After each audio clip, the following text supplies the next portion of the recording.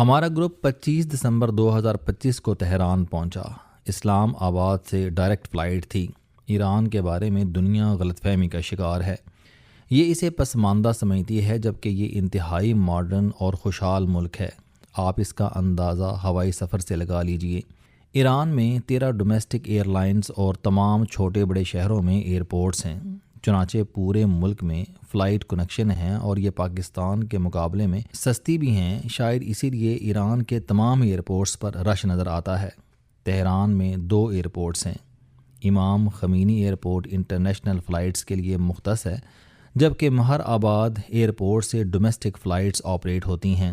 مہر آباد وہی ایئرپورٹ ہے جہاں سے 16 جنوری 1979 کو شاہ ایران ملک سے فرار ہوا تھا اور جہاں 1 فروری 1979 کو امام خمینی نے ایران کی سرزمین پر قدم رکھا تھا۔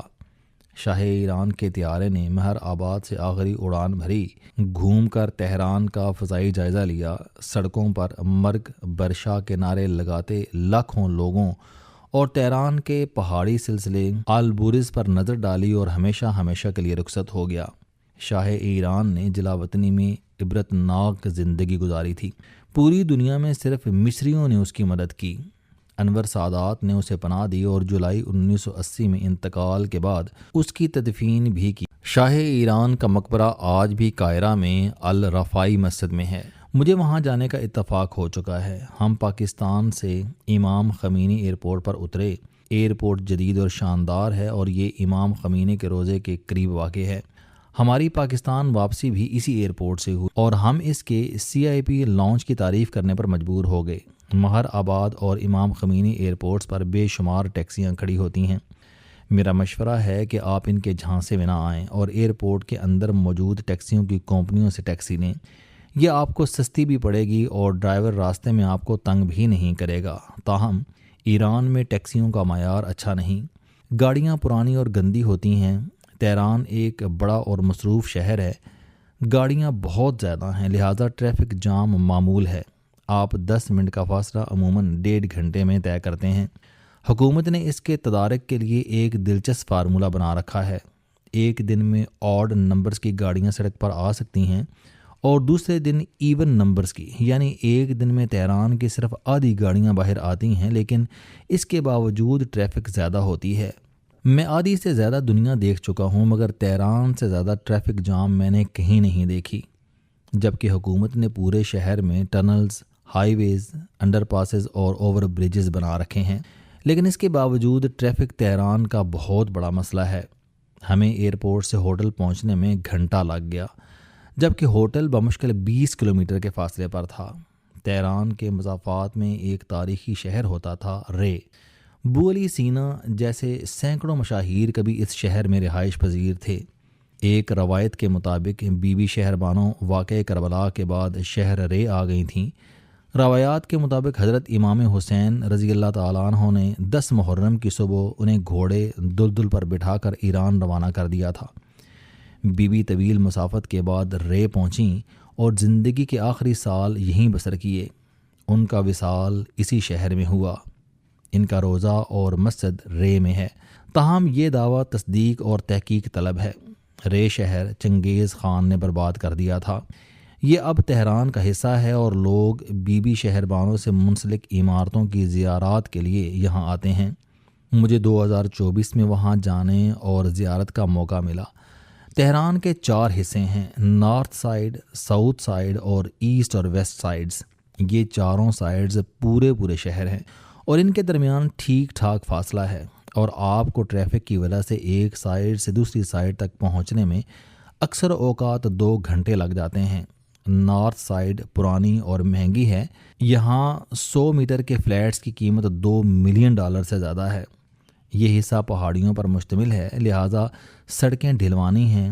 اس حصے میں کبھی بڑے بڑے محلات اور ولاز ہوتے تھے، لیکن زمینوں کی قیمتوں میں اضافے کی وجہ سے اب یہاں اپارٹمنٹس کی بلند و بالا عمارتیں بن چکی ہیں۔ اسلام آباد میں 1 ایونیو اور سینٹورس 2 بڑی عمارتیں ہیں۔ آپ یہ جان کر حیران ہوں گے کہ تہران میں ایسی 1200 عمارتیں ہیں اور ہر عمارت آپ کی توجہ کھینچ لیتی ہے۔ آپ اس سے شہر کے والیوم کا اندازہ کر لیجئے۔ میں نے 2024 میں تہران کی 4 جگہیں وزٹ کی تھیں۔ یہ چاروں تجربات حیران کن تھے۔ میں اس وزٹ میں تہران کے انوویشن پارک گیا تھا۔ یہ شہر کی ایسٹ سائڈ کے مضافات میں ہے اور ایران کی سلیکان ویلی کہلاتا ہے۔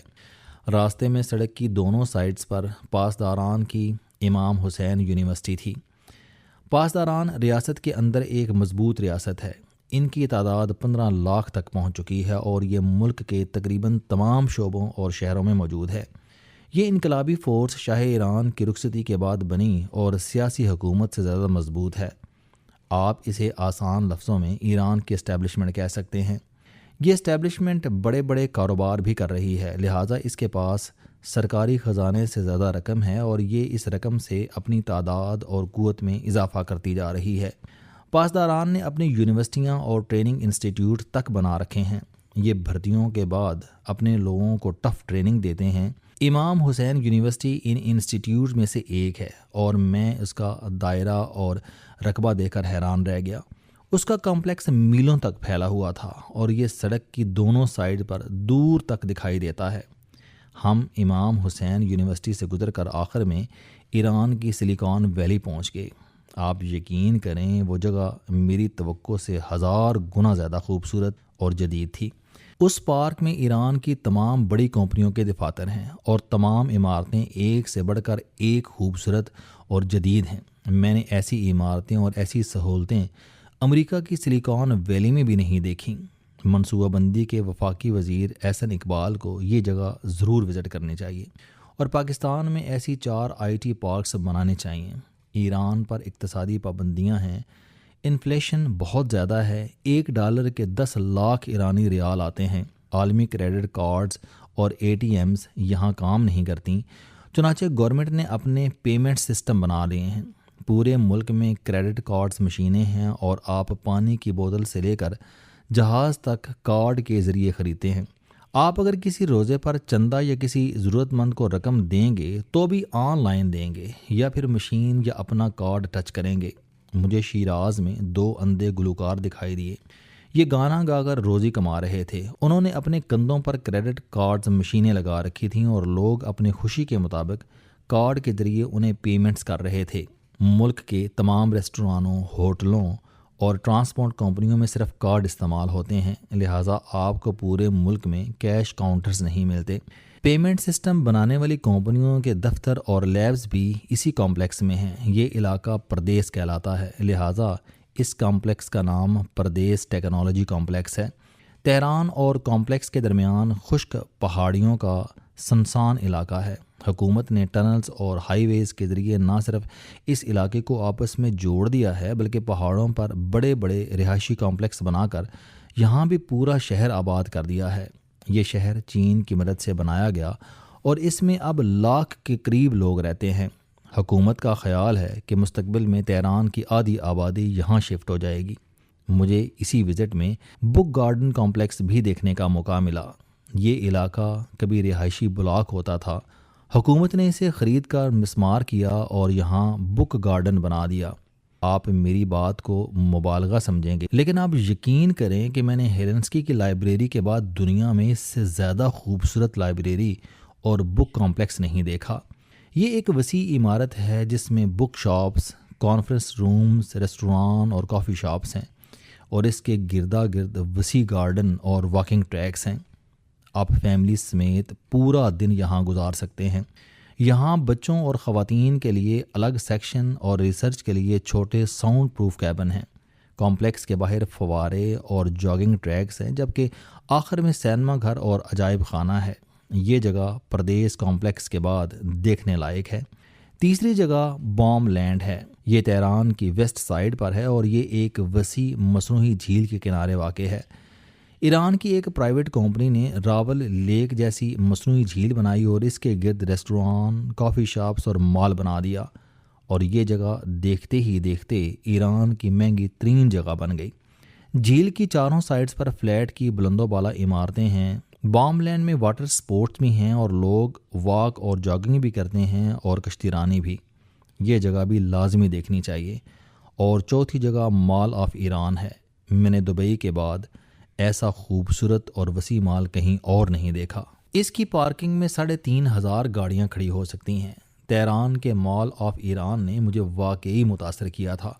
اگر وہ میری زندگی کا پہلا مال اور ایران دوسرا سیاحتی ملک ہوتا تو آپ میرے دعوے کو مبالغہ سمجھ سکتے تھے، لیکن میں اب تک آدھی دنیا کے درجنوں مالز دیکھ چکا ہوں، چنانچہ یہ صرف مبالغہ نہیں ہو سکتا۔ مال آف ایران واقعی وسیع اور جدید کمپلیکس ہے، اور اس میں 3 5 star hotels, dancing fountain, gaming zone, ice hockey stadium, walking tracks اور 3,500 گاڑیوں کی پارکنگ ہے۔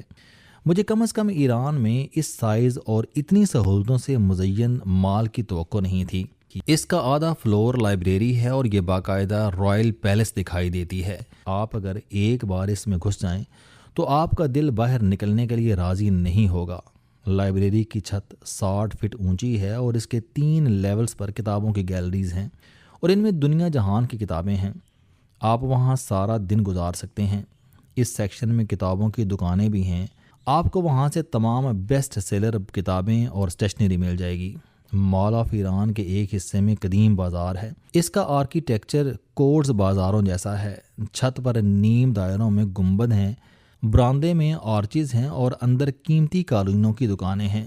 مجھے وہاں $6 لاکھ کا قالین دیکھنے کا اتفاق ہوا۔ وہ 1 پیس تھا اور اسے 14 خواتین نے 3 سال میں مکمل کیا تھا۔ مال کی بیک سائڈ پر ڈانسنگ فاؤنٹین ہے۔ 1/2 کلومیٹر لمبا پانی کا تالاب ہے۔ اس میں فوارے لگے ہیں اور یہ فوارے روشنی اور میوزک کے ساتھ جلتے، بجھتے اور تھرکتے ہیں۔ مال کی ایک سائڈ کی تمام کھڑکیاں اس طرف کھلتی ہیں، جبکہ دوسری سائڈ پر ہوٹلز اور فلیٹس کے ٹاورز ہیں۔ شام کے وقت لوگ فواروں کے ساتھ ساتھ واک کرتے ہیں اور پھر کافی شاپس میں بیٹھ کر پانی کا رقص دیکھتے ہیں۔ اس مال میں بھی تمام دکانوں پر ایرانی مصنوعات ملتی ہیں۔